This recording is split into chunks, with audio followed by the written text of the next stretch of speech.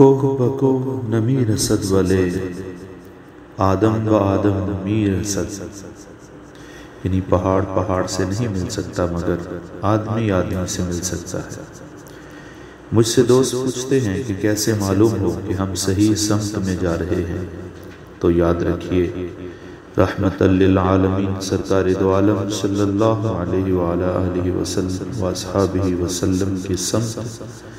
ہی صحیح سمت ہے، یہی اللہ تعالیٰ کا راستہ ہے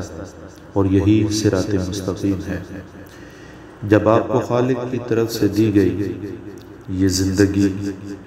ایک مسئلہ نہیں بلکہ تحفہ اور رحمت محسوس ہونے لگے، جب تم یہ رحمت دوسروں میں بانٹنے لگو تو یاد رکھنا یہی صحیح سمت ہے۔ جب چھوٹی چھوٹی باتیں حیران کن اہمیت پانے لگیں، جب ساری دنیا ہر روز زیادہ سے زیادہ راز بھری معلوم ہونے لگے، جب تم اپنے آپ کو کم سے کم علم والا محسوس کرنے لگو، جب تم تتلیوں کے پیچھے کسی معصوم بچے کی طرح بھاگنے لگو، جب تمہاری زبان اور تمہارے اعضاء کسی کو ضرر پہنچانے سے قاصر ہونے لگے، جب تم دوسروں کے لیے بھی وہ چاہنے لگو جو اپنے لیے چاہتے ہو، جب تم اپنے کسی بھی عمل سے قبل اپنی نیت کو ترازو میں رکھنے لگو، جب تم اس بات پر دھیان دینا کم کر دو جس سے تمہارا لین دین بھی نہیں، جب تم کھانا زبان کے ذائقے کی خاطر نہیں بلکہ پیٹ کو بھرنے کے لیے کھانا شروع کر دو،